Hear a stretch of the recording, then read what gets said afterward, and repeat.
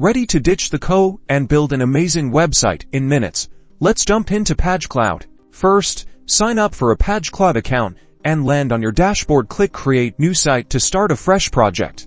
Pagecloud offers tons of pre-designed templates. Browse the categories on the left or type in the search bar to find one that fits your needs. For this tutorial, let's select this portfolio template. Once selected, the template loads directly into the editor. Everything you see is drag and drop customizable. To edit text, simply click on the text box and start typing. Change fonts, sizes, and colors using the formatting options on the top bar. To replace images, drag and drop your own images directly onto the placeholder. Resize and position them with ease. Explore the design tools on the left-hand panel. Add shapes, icons, buttons, and even embed code for more advanced features. Before publishing, click the preview button to see how your site looks on different devices. Pagecloud automatically optimizes for mobile.